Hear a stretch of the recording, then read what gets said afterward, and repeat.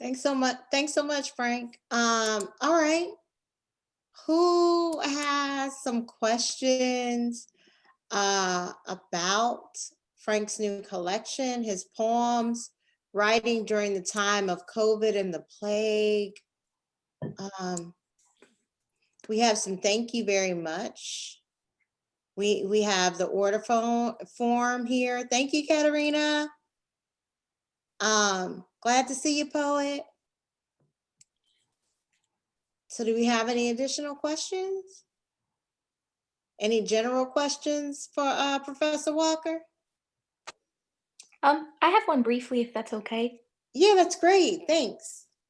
And just to ask Dr. Hill, if this is being recorded, will that be available for anybody at any point? Yeah, my aim, as long as it's okay with Frank, and I think it is that we'll take this recording and put it up on our YouTube channel. That's for our divisions of African American and Africana Studies and the Commonwealth Institute for Black Studies, and then we'll share it widely on social media. That sounds great. Thank you so much for hosting this and for making it available. No problem. I think we need to thank Frank for this new book. Mm-hmm. I think my question was in general, after first of all saying like, this is all fantastic, and I think really ministered to me today. So thank you for being here and sharing your work. A lot of your description of women and family really resonates with me. I'm from Eastern Kentucky, and I guess maybe one of my questions would be on like the representation of women doing such nurturing work. How can one be writing in like the very tender, nuanced way that you are, that ends up not strictly hero worshiping women for what seems like too big a burden to have placed on their shoulders anyway? I felt like I've done majority of research for me in gender roles back in Appalachia, and the initial iterations of it felt like I was misguided in just saying, wow, these fantastic matriarchs, instead of getting to my truer point that I think I have more of a grasp on now, which is they're doing too much to begin with. Like how sad it is that there's people that are having to be these figures, and are in oppressive circumstances. So I guess advice on that position, thoughts on the position that you have that ends up doing, I think, women such lovely justice in writing. I will try. If I think I understand the question, I think for me, I'm trying to write in a very personal way. So for me, I'm just trying to tell my truth. And my truth is that I have 6 sisters. I was raised by a single mom, and aunts and grandmothers. I was raised by women, and those women were took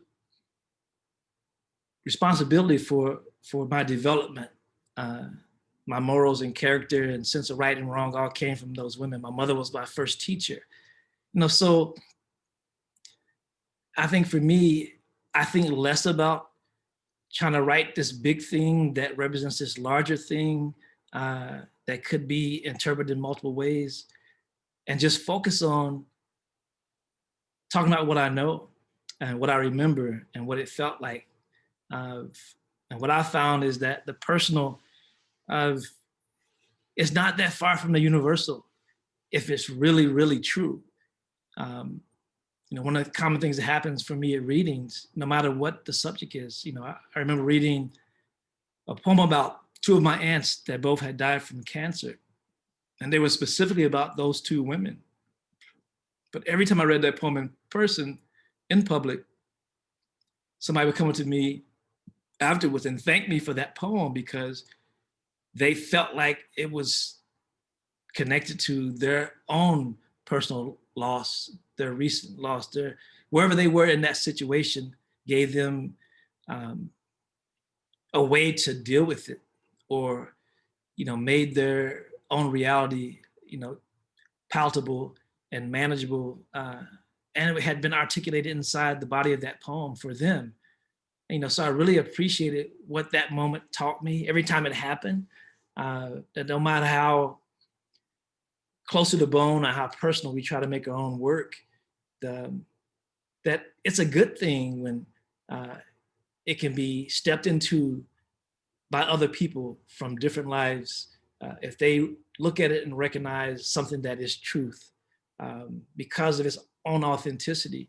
They recognize the relationship, they recognize that kind of love, that kind of sense of loss, that kind of regret.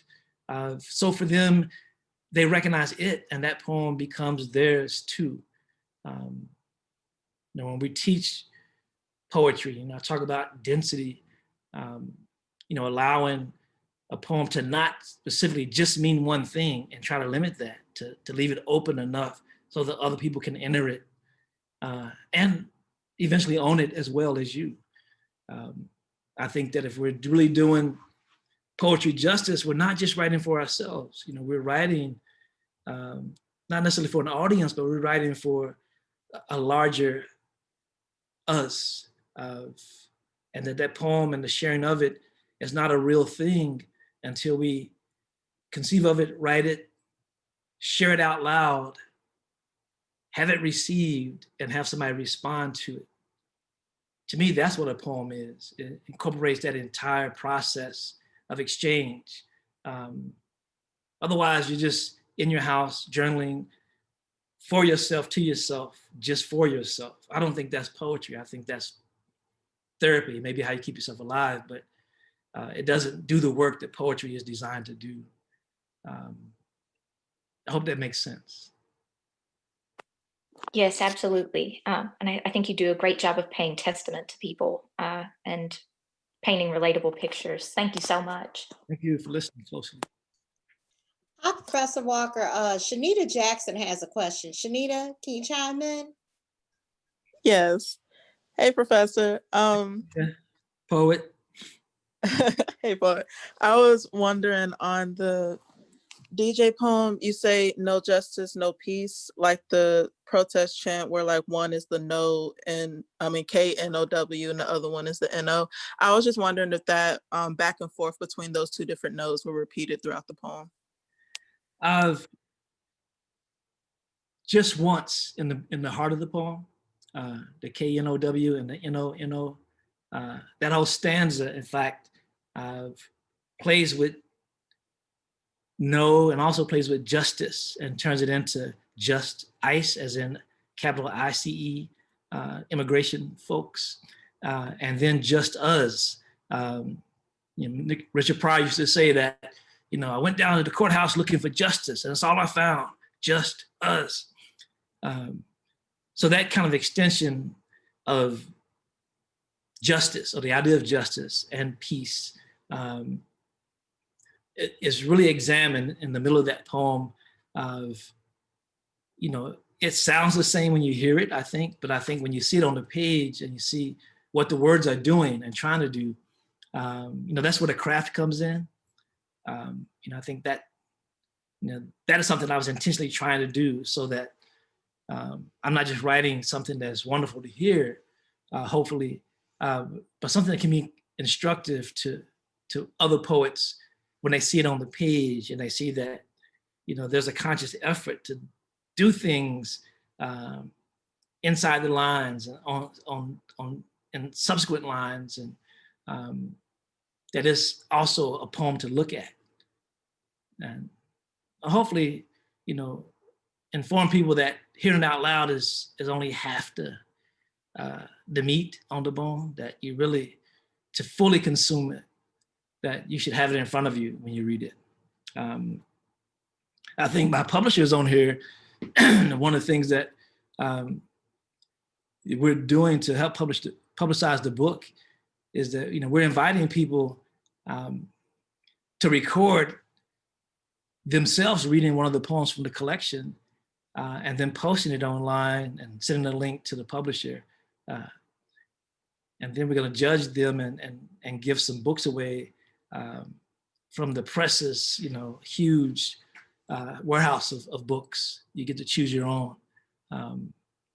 Because we really want to reach out to the poetry fans and poets and people who understand poetry is kind of what we need right now. These are difficult times in America.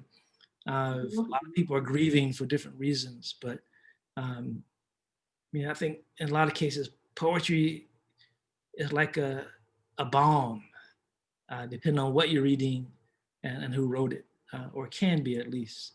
And we want the work to serve in all those ways. Thank you for your question, poet. Thank you for answering, poet. Okay, before we let Professor Frank X. Walker go, do we have any additional questions?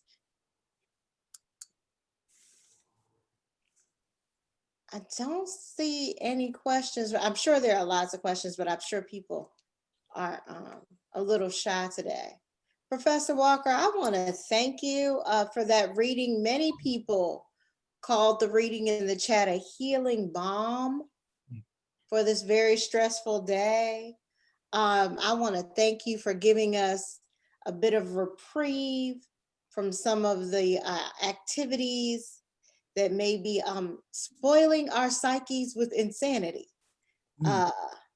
And we needed to hear these stories of humanity and hope today. So do you want to leave us with any words before you close?